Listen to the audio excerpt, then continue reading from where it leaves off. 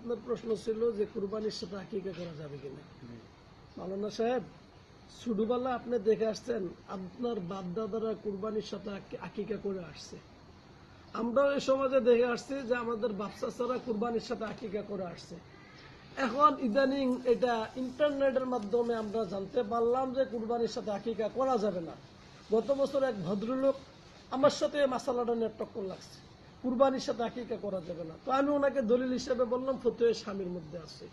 তো এখন একটা পর্যায় পর্যন্ত আমি মনে করতাম এর সপক্ষে দলিল ফতোয়া স্বামী আর দুরুল মুখতার ছাড়া আর কোথাও খুঁজে পাওয়া যাবে না।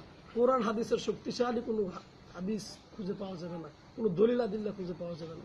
তো আলহামদুলিল্লাহ আমি খুঁজতে খুঁজতে মানে সরাসরি যে আকিকার ব্যাপারে হাদিসও আছে, যেটা কুরবানির সমর্থবোধক শব্দ যেখানে ব্যবহার হচ্ছে, এটা আসলে আমরা অনেকেই জানি না, এখন এরা বলে কুরবানির সাথে আকিকা করা যাবে না।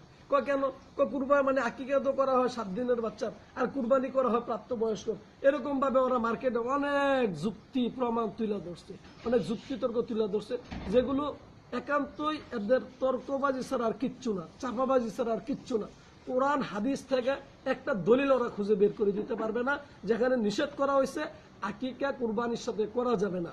অথচ আল্লাহ রসুল সাল্লাল্লাহু আলাইহি সাল্লাম কুরবানির জন্য যে শব্দ ব্যবহার করছেন, ঠিক আকিকার জন্য হুবহু ওই শব্দই ব্যবহার করছেন। নুসুক শব্দের ব্যবহার কুরবানির জন্য রসুল আকরাম সাল্লাল্লাহু আলাইহি সাল্লাম করছেন, আকিকার জন্য করছেন। তো এই নুসুক শব্দের ব্যবহার যেহেতু উভয়টার জন্য করা হয়েছে, তো আমরা বুঝলাম যে কুরবানি আর আকিকা অনেকটাই কিন্তু পাশাপাশি। যদি পাশাপাশি না হইতেন, দুটোটার মাকসাদ যদি এক না হইতেন, রসুল আকরাম সাল্লাল্লাহু আলাইহি সাল্লাম দুটোটার জন্য কিন্তু এক শব্দ ব্যবহার করতেন না। কুরবানি কি জন্য করা হয়? বান্দা আল্লাহর নৈকট্যতা লাভের জন্যই। তো আকিকাও সেম ওই জন্যই করা হয়। বাকি কুরবানিটার একটা হুকুম, আকিকার আলাদা হুকুম। আকিকার হুকুমটা কারো মতে সুন্নত, কারো মতে মুস্তাহাব। কুরবানি সর্বস্বীকৃত ওয়াজিব, একে অস্বীকার করা যাবে না। যাদের উপর মাল আছে, যাকাত দেওয়ার পরিমাণ সম্পদ আছে। তো এখন একটা সুন্নত, কারো কারোর মতে কিন্তু এটা মুস্তাহাব। তো এইটারে নিয়ে আপনারা সমাজে এত বাড়াবাড়ি করতেছেন কেন? গলা ফাঁকে সেরা বলতেছেন না কুরবানির সাথে আকিকা করা যাবে না, কুরবানির সাথে আকিকা করা যাবে না। একটা নফলি মাসালাকে নিয়ে সেটা এত জিকির করতেছেন আপনারা, এত মিছিল করতেছেন, এত স্লোগান করতেছেন। আসলে আপনাদের উদ্দেশ্যটা কি? জাতিকে দিবাগে বিভক্ত করে ফেলা?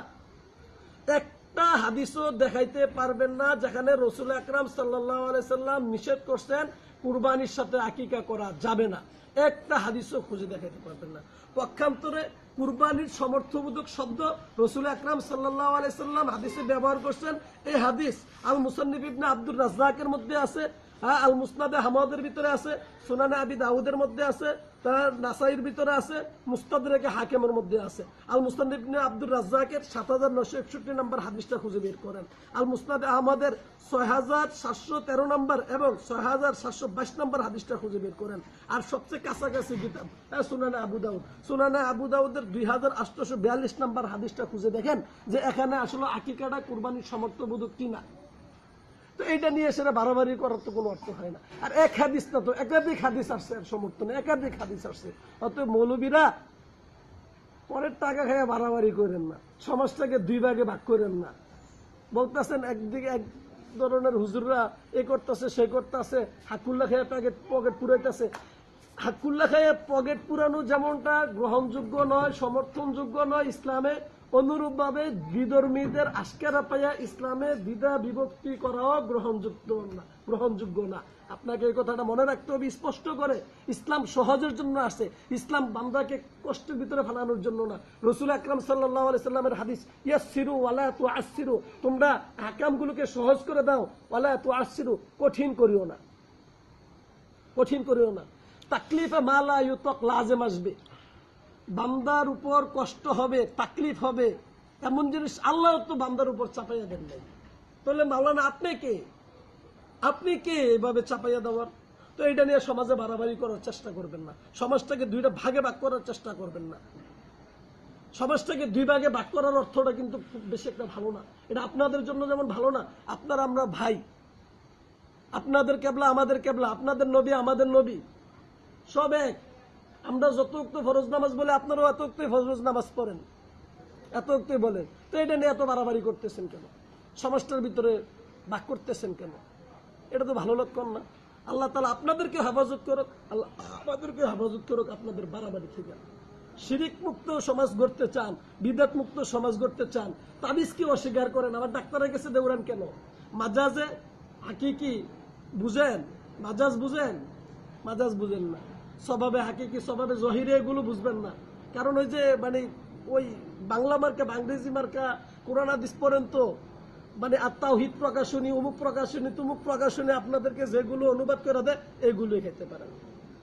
কই কিসের মুসান্নিফ ইবনে আবি শাইবা, মুসান্নিফ ইবনে আব্দুর রাজ্জাক, মুসনাদে আহমদ, নাসাই, সুনানে আবু দাউদ, মুস্তাদরাক হাকিম, এই সমস্ত কিতাব কোনোদিন খুলে দেখছেন?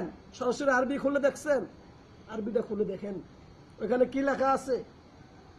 দুরুল মুখতারের ইবারত খুঁজে দেখেন। কুরবানি আর আকিকা দুটোটাই কুরবাতের জন্য, তাহলে করা যাবে না কেন? তবে সব কথা শেষ কথা হইলো এটা করাটা উচিত না। কেউ যদি করে হবে না এমনটা না, করাটা উচিত না। কেউ যদি কুরবানির সাথে আকিকা করে তার আকিকা হবে না, বিষয়টা এরকমটা না। আল্লাহ তাআলা আপনাদেরকে আমাদেরকে সিরাতুল মুস্তাকিমের উপর পরিচালিত করুন।